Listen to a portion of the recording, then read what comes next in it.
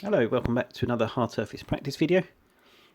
We're going to be doing this in the same style as before, so the light grey material and then the yellow secondary colour. Just starting off with a cube, and I'm going to copy a technique I've seen CRNT Designs use. It basically bevels opposing edges, so the different ones on the top and bottom. It just gives that nice effect of an overall design for something.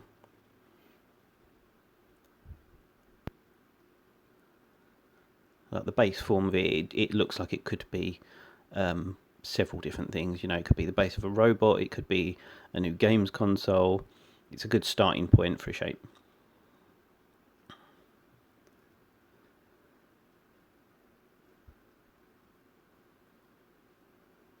So just going to make this cube into a cutter object. Just bevel in some edges.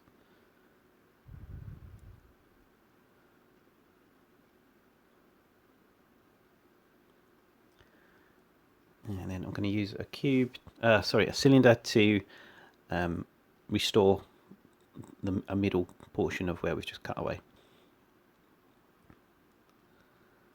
So I'm just going to Boolean that away from the first cutter.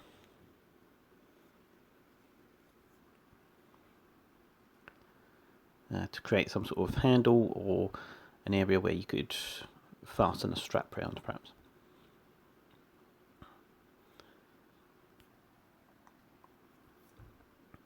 Just adding a loop cut through the middle here. Bevel that, change to face mode and inset, and then just scale it down just to add a bit more detail.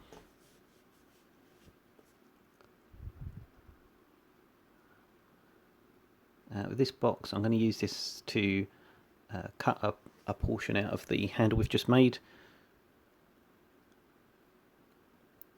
Just so it looks like there's an inset or a panel there of some sort. And just going to bring that back face closer and then scale it on the x-axis to make a wedge-shaped cut. Add a solidify modifier. With the solidify modifier, rather than just using a slice Boolean, you can adjust the thickness to get a slightly darker line around it. Then when you apply the Boolean, you can separate that part and give it a different material.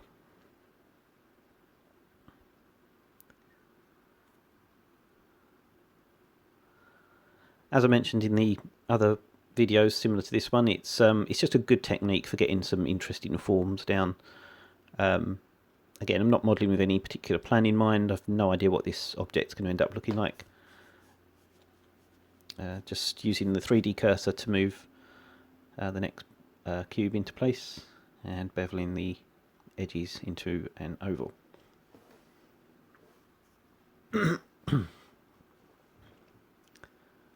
I'm going to use the solidify trick again, and then just going to change that middle section. So I'm just going to change that to yellow just so it colours the edges, and then change that to back to the grey. That's it. Okay, that's not looking bad.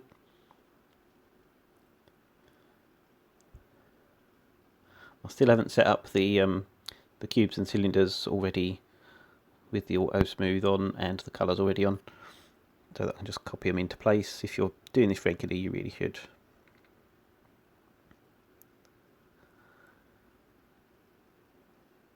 Going to use this cylinder to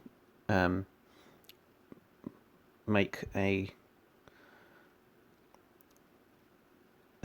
this cutter into a more interesting cut-in shape, and then use that to cut away from the main body.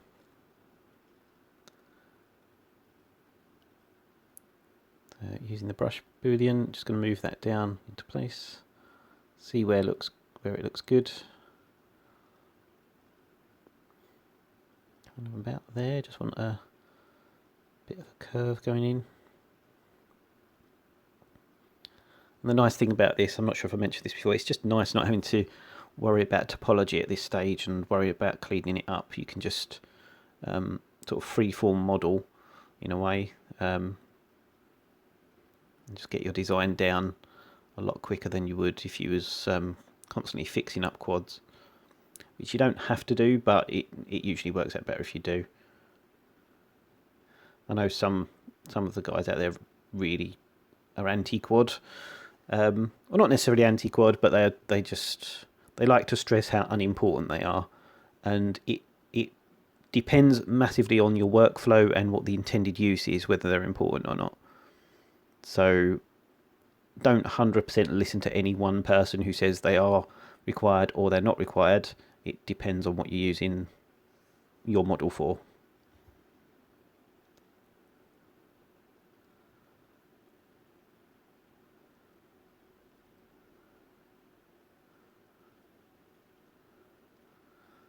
And change that to the second material.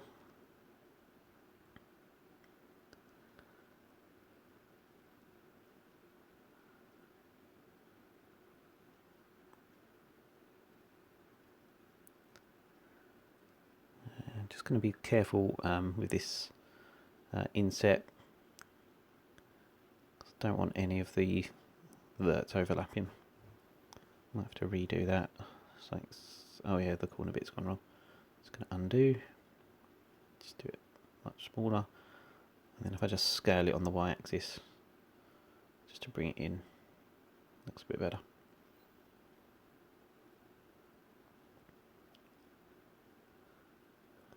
It's not perfect, but this doesn't really have to be. It's a undefined mechanical part of some sort.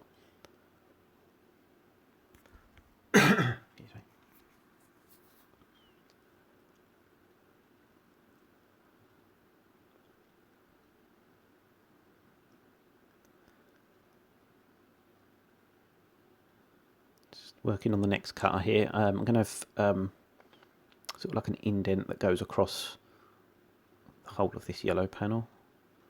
I might have it go through the yellow panel as well, to see what looks good. Just going to mirror that over. Because of the way the end piece was, there'll be internal faces there. So just grab those and delete, and then merge everything and delete that center line. Check how far they're going into the model. Quite far.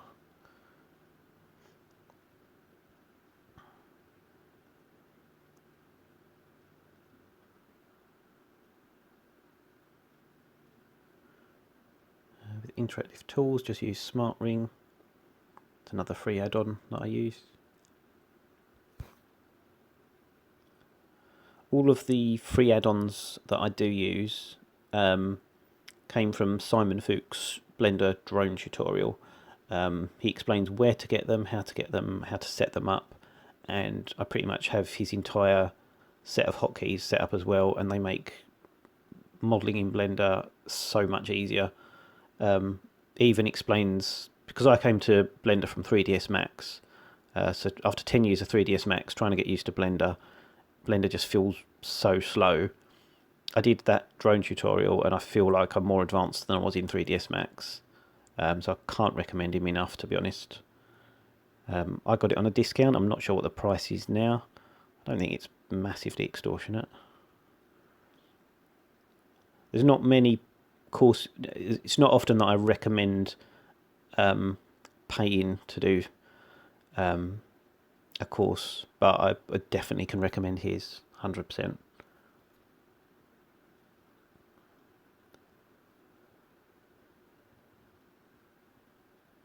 Just trying to try and bit of trial and error here to see whether it looks better with an inset or no. I don't think it's going to be honest. I'm just going to undo all this. All I'm doing here, in case it's not obvious, I'm just making duplicates of individual parts to see whether I need to difference them or intersect them. I don't think it's working though, so I'm just going to go back to the original plan. Just have it cut all the way through. Just apply everything and remove all the cutters.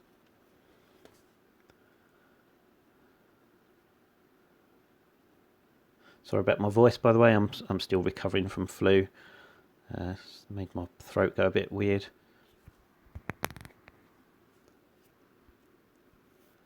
Add another cylinder in the middle of this part. Doesn't have to be exact, but you can snap it to that vert. Just moving it on the y-axis.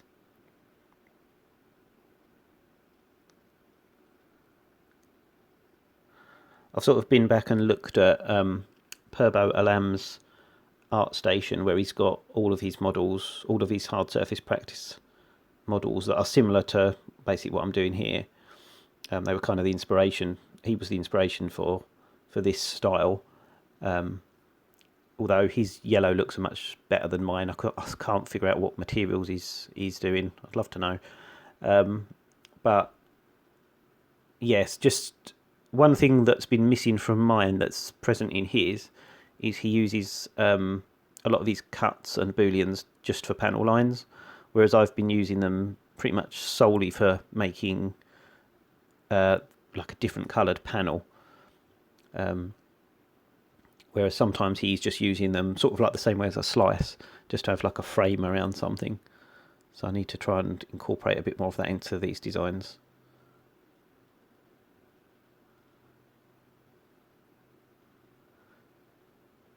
Just getting a top view, see if I can align this. Trying to figure out where would look best for this. I think it needs to be thinner. Maybe in that middle one there. None of these shapes are the same size, so it's not necessarily going to be part of that same part. Just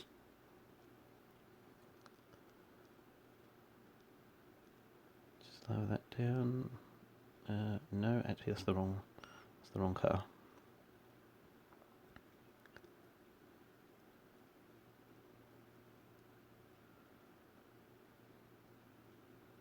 Just moving that part down and apply all the colours.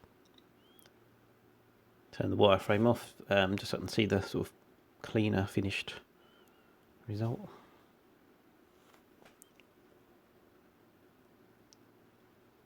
Okay, next another cube. Apply the material, auto smooth. And I'm going to use this one to make a panel line around the design at the front. I'm kind of hoping to get the bevel to match the same on the outer form. I think I used 14 segments. Need to apply the scale to get it even. Not that it's going to match up perfectly anyway because of the positioning.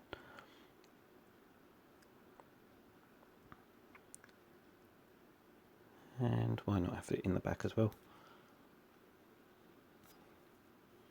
It seems quite abstract at first, but when you're working on your own one, it makes a lot more sense and you kind of know what you're doing.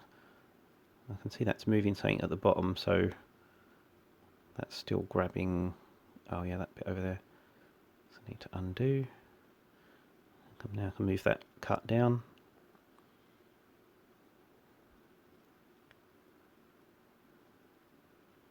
Scale this out.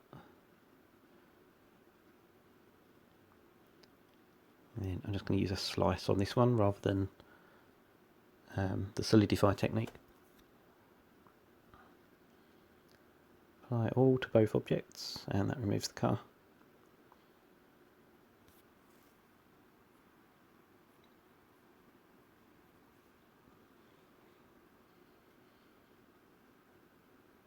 I'll try and add another detail to this part.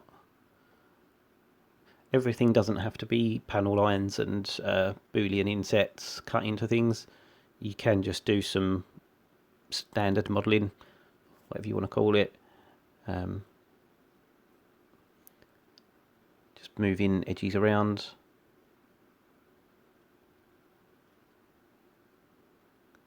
If I move this in, just creates that little detail there. Like it's somewhere you'd put your fingers to pull that part out.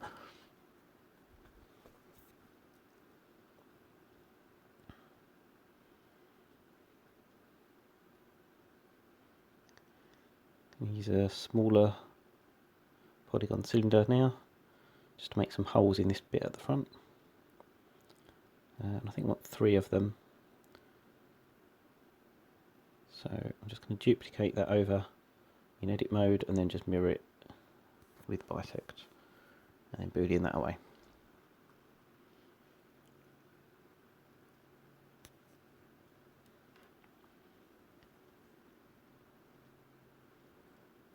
Oh, the other thing he does a lot with panel lines is he has the sort of inset pieces that go across them,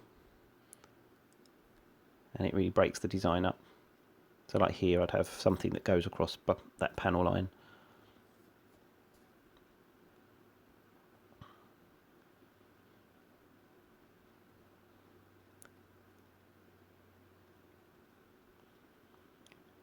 And the panels that you cut in, they don't have to sit perfectly in that shape. They can be smaller in one direction or the other. Kind of gives it the look like it's a switch then if you have that.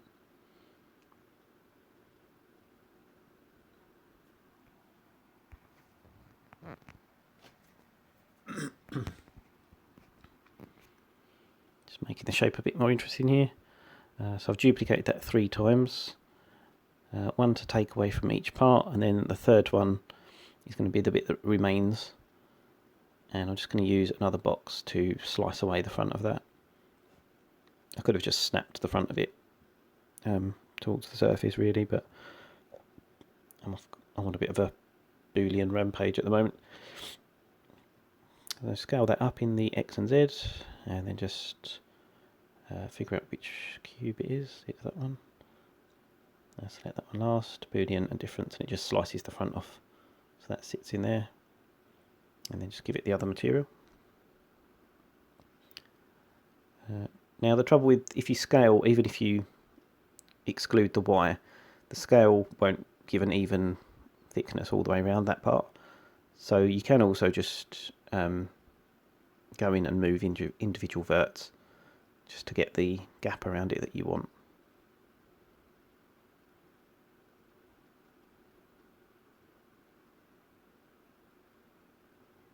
It just looks a bit nicer the way it's sat in there then. And then all 3 of these parts need mirroring across with bisect, apart from the yellow one, which just needs mirroring after its origin has been reset.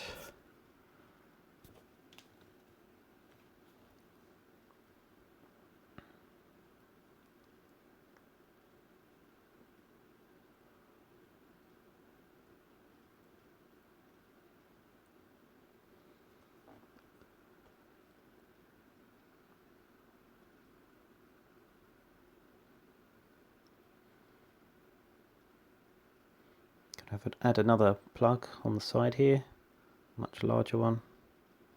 Just going to bring that out. Doesn't need to cut that far in.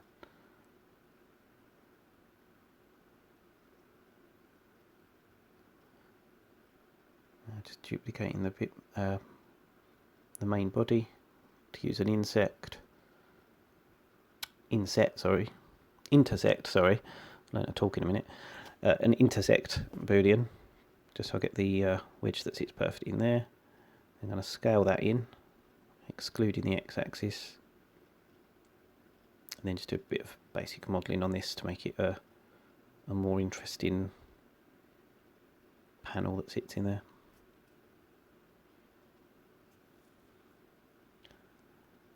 And that's pretty much it. So hope you're finding these useful. I'm definitely going to do some more because I just love this style. Just get some very clean results. Hope you enjoyed them. Thank you for watching and take care.